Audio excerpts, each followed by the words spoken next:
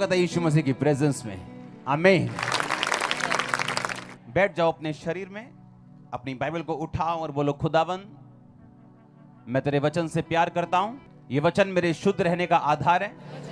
मैं अपना ध्यान इन वचनों के ऊपर लगाता हूं। उठाओ अपने हाथों को और मांगो ऊंची आवाज में। अपने हाथों को ऊंची आवाज में। तेरा वचन मेरी जिंदगी में काम करे खुदावन। आज जो कुछ मैं सुनूं फल लेके आऊं। उठाओ अपने हाथों को और मांगो ऊंची आवाज में। अपनी बाइबल को उठा के, तेरा वचन मेरे शुद्ध रहने का आधार है। जो कुछ आज मैं सुनूं 100 गुना फलों को लेके आऊं। तैयार हो वचनों को सुनने के लिए? आप तैयार हो रिसीव करने के लिए? मसीह में अगर आप ये समझ जाएं कि परमेश्वर की योजना आपकी लाइफ के लिए क्या है और शैतान की योजना क्या है, अगर आप इन दोनों को समझ जाएं, आपकी लाइफ सेम नहीं रहती। अपने पड़ोसी को बोलो, ध्यान से समझ कि परमेश्वर की योजना क्या है और ध्यान से समझ कि शैतान की योजना क्या है। हालेलुया। बाइबल कहती है जब परमेश्वर ने लोगों की दुहाई को सुना, कौन से लोग? इजरायली लोग। और बाइबल कहती वो रो रहे थे कि परमेश्वर ये राजा हम पे जुल्म कर रहा है, हमें छुड़ा। और परमेश्वर ने उनकी दुहाई को सुना और मूसा को ठहराया और चुना। मूसा को बोला कि मेरे लोग रो रहे हैं, प्रार्थना कर रहे हैं, मैं उनको छुड़ाने के लिए नीचे आ गया हूं। अब तू जा और उनको छुड़ा। ऐसा है कि नहीं है? और बाइबल कहती परमेश्वर ने मूसा को भेजा। मूसा ने कहा मैं अकेला नहीं जाऊंगा, मैं थथला हूं। एक लंबी बहस के बाद परमेश्वर ने उसके भाई को ठहरा दिया कि तेरा भाई, तू अपने भाई से बात करना, तेरा भाई राजा से बात करेगा। और वो दोनों चल पड़े मिस्र के राजा से बात करने के लिए कि इजराइलियों को छोड़ दे, क्योंकि परमेश्वर अब ऐसा चाहता है कि ये तेरे कब्जे से निकल जाएं और उस देश में जाएं जो मैंने उनके लिए ठहराया। शैतान को आदत नहीं है आपको जल्दी छोड़ने की। वो ढीठ प्राणी है, उसको आदत नहीं है। उसको लगता है कि जिस यहां तक कि जब बाइबल कहती है, जब यीशु मसीह ने कहा जब दुष्ट आत्मा आप में से निकाल दी जाती है, वो फिर देखने के लिए आपको आती है। और अगर सूना पाती यानी परमेश्वर से दूर पाती है, तो लिखा फिर से उसमें वास करने के लिए 7 आत्माओं को साथ लेके आती है और कहती है कि मैं अपने उसी घर में, अपने घर में, वो आपको अपना घर समझती है। कहता है अपने उसी घर में जहां से मैं आई थी, कहती मैं वहीं लौट जाऊंगी। और शैतान को अच्छा नहीं लगता अगर आप लोग आजाद हो जाएं उसके चंगुल से। उसे पसंद नहीं कि कोई दुष्ट आत्मा से आजाद हो। और बाइबल कहती जैसे ही उन्होंने राजा को बोला, राजा हम लोग तुझे बोलते हैं कि इन लोगों को छोड़ दे ताकि ये अपने परमेश्वर के लिए 3 दिन के रास्ते पे जाके बलिदान करें और तू इनको जाने दे, सब बच्चों समेत, सब बुजुर्गों समेत, सब जानवरों समेत। मिस्र के राजा ने उनसे कहा, हे मूसा, हे हारून, तुम क्यों लोगों से काम छुड़वाना चाहते हो? तुम जाकर अपना अपना बोझ उठाओ। फिरौन ने कहा, सुन, इस देश के ये लोग बहुत हो गए हैं, फिर तुम उनको परिश्रम से विश्राम दिलाना चाहते हो?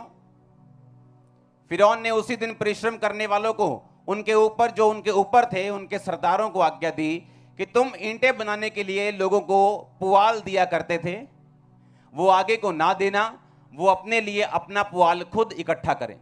अब तक उन्हें बनाने की आज्ञा दी थी, उतनी ही आगे को भी उनसे बनवाना, ईंटों की गिनती कुछ भी कम ना करना, क्योंकि वो आलसी हैं और ये कहकर चिल्लाते हैं कि हम अपने परमेश्वर के लिए बलिदान करें।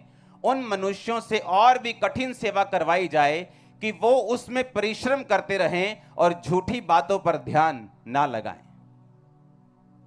उन लोगों ने परिश्रम करवाने वालों और सरदारों ने बाहर जाकर उनसे कहा, फिरौन इस प्रकार कहता है कि मैं तुम्हें पुआल नहीं दूंगा, तुम ही जाकर पुआल जहां मिले उन्हें इकट्ठा कर लो, परंतु तुम्हारा काम कुछ भी घटाया नहीं जाएगा। 14 आयत पढ़ेंगे। इस्राएलियों में से जिन सरदारों को फिरौन ने परिश्रम करने वालों के ऊपर अधिकारी ठहराया था, उन्होंने मार खाई जब उनसे पूछा गया कि क्या कारण है कि तुमने ईंटों की गिनती पूरी नहीं की। तब इजराइलियों के सरदारों ने फिरौन के पास जाकर कहा, तू अपने दासों से ऐसा बर्ताव क्यों करता है? तेरे दासों को पुआल नहीं दिया जा रहा और हमसे ये कहते हैं कि ईंटें उतनी ही बनानी पड़ेंगी, और तेरे दासों ने भी मार खाई है, परंतु दोष तेरे लोगों का है। फिरौन ने कहा, तुम आलसी हो, आलसी, इस कारण कहते हो कि हमें यहोवा के लिए बलिदान करने को जाने दे। अब जाकर अपना काम करो, पुआल तुमको नहीं दिया जाएगा, परंतु ईंटों की गिनती पूरी करनी पड़ेगी। अपने पड़ोसी को बोलो, ध्यान से सुन। मैंने आपको क्या कहा प्रीचिंग से पहले कि परमेश्वर की योजना अगर आप समझ गए और शैतान की समझ गए तो आप सेम नहीं वापस जाओगे। मान लो 10 लोग थे, उनको बोलते थे कि 400 ईंट रोज बनानी है। ये लो तूड़ी, वो सामने मिट्टी पड़ी है, उठाओ और बनाओ। फिर उन लोगों का लीडर आ गया मूसा, राजा से बात की कि राजा इन लोगों को छोड़ दे। राजा ने कहा ठीक है, ये लोग काम छोड़ना चाहते हैं, ये आलसी हो गए, इनको डबल काम कराओ। बोलो, तूड़ी मिलती थी ना जो, वो भी नहीं मिलेगी, पर ईंटें उतनी ही बनानी पड़ेंगी। पर क्या हुआ फिर? जो लोगों के काम करवाने वाले मुखिया थे, उन्होंने मार खाई कि ईंटें पूरी क्यों नहीं हुई।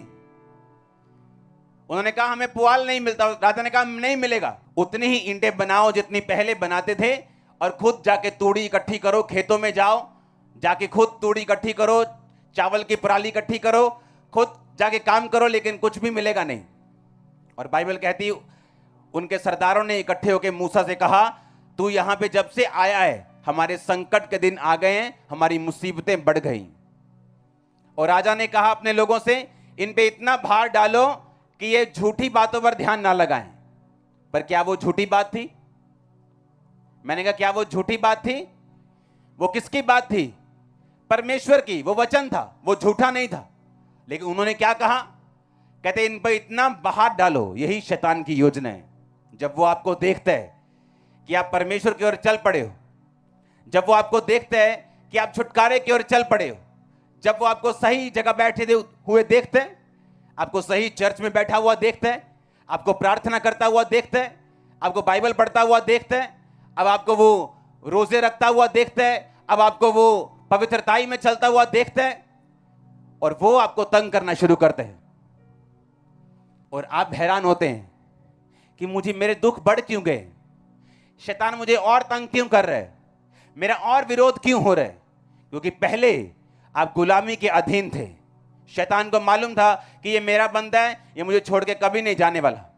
लेकिन अब आप जीवित परमेश्वर के पास आना चाहते हो, और वो आपको छुटकारा देना चाहता है। और शैतान को ये बात मालूम है, उसको मालूम है कि अगर मैं इसको रोकूंगा नहीं तो ये सदा के लिए आजाद हो जाएगा और वहां जाएगा जिसके लिए परमेश्वर ने इसे बुलाया। यीशु मसीह ने, परमेश्वर यहोवा ने कहा, मैं तुम्हें उन देशों में लेके जाना चाहता हूं जहां दूध और शहद की नदियां बहती। दूध यानी एंड प्रोडक्ट। एक गाय को लो, गाय को पालो, गाय को खिलाओ, उसको पहले बड़ा करो, खिलाओ पिलाओ, फिर उसका दूध निकलता है, वो उसका एंड प्रोडक्ट है। हाँ, शहद एंड प्रोडक्ट है। मक्खियां पालो, वो फूलों पे बैठेंगी, लास्ट में शहद देंगी, वो उसका एंड प्रोडक्ट है। परमेश्वर ने कहा मैं तुझे बेस्ट दूंगा जो तेरे लिए बना हुआ है, अगर तू मेरी बात को सुनेगा। मैं तुझे एंड प्रोडक्ट दूंगा, दूध और शहद की नदियां जहां बहती, मैं वो देश दूंगा, लेकिन कुछ भी मिलेगा नहीं। और बाइबल कहती उनके सरदारों ने इकट्ठे होकर मूसा से कहा, तू यहां पे जब से आया है हमारे संकट के दिन आ गए हैं, हमारी मुसीबतें बढ़ गई। और राजा ने कहा अपने लोगों से, इन पे इतना भार डालो कि ये झूठी बातों पर ध्यान ना लगाएं। पर क्या वो झूठी बात थी? मैंने कहा क्या वो झूठी बात थी? वो किसकी बात थी? परमेश्वर की। वो वचन था, वो झूठा नहीं था। लेकिन उन्होंने क्या कहा? कहते इन पर इतना भार डालो, यही शैतान की योजना है। जब वो आपको देखता है कि आप परमेश्वर की ओर चल पड़े हो, जब वो आपको देखता है कि आप छुटकारे की ओर चल पड़े हो, जब वो आपको सही जगह बैठे हुए देखते हैं, आपको सही चर्च में बैठा हुआ देखता है, आपको प्रार्थना करता हुआ देखता है, आपको बाइबल पढ़ता हुआ देखता है, अब आपको वो रोजे रखता हुआ देखता है, अब आपको वो पवित्रताई में चलता हुआ देखता है, और वो आपको तंग करना शुरू करते हैं। और आप हैरान होते हैं कि मुझे मेरे दुख बढ़ क्यों गए, शैतान मुझे और तंग क्यों कर रहा है, मेरा और विरोध क्यों हो रहा है। क्योंकि पहले आप गुलामी के अधीन थे। शैतान को मालूम था कि ये मेरा बंदा है, ये मुझे छोड़ के कभी नहीं जाने वाला। लेकिन अब आप जीवित परमेश्वर के पास आना चाहते हो और वो आपको छुटकारा देना चाहता है, और शैतान को ये बात मालूम है। उसको मालूम है कि अगर मैं इसको रोकूंगा नहीं तो ये सदा के लिए आजाद हो जाएगा और वहां जाएगा जिसके लिए परमेश्वर ने इसे बुलाया। यीशु मसीह ने, परमेश्वर यहोवा ने कहा, मैं तुम्हें उन देशों में लेके जाना चाहता हूं जहां दूध और शहद की नदियां बहती। दूध यानी एंड प्रोडक्ट। एक गाय को लो, गाय को पालो, गाय को खिलाओ, उसको पहले बड़ा करो, खिलाओ पिलाओ, फिर उसका दूध निकलता है, वो उसका एंड प्रोडक्ट है। हाँ, शहद एंड प्रोडक्ट है। मक्खियां पालो, वो फूलों पे बैठेंगी, लास्ट में शहद देंगी, वो उसका एंड प्रोडक्ट है। परमेश्वर ने कहा, मैं तुझे बेस्ट दूंगा जो तेरे लिए बना हुआ है, अगर तू मेरी बात को सुनेगा। मैं तुझे एंड प्रोडक्ट दूंगा, दूध और शहद की नदियां जहां बहती, मैं वो देश दूंगा।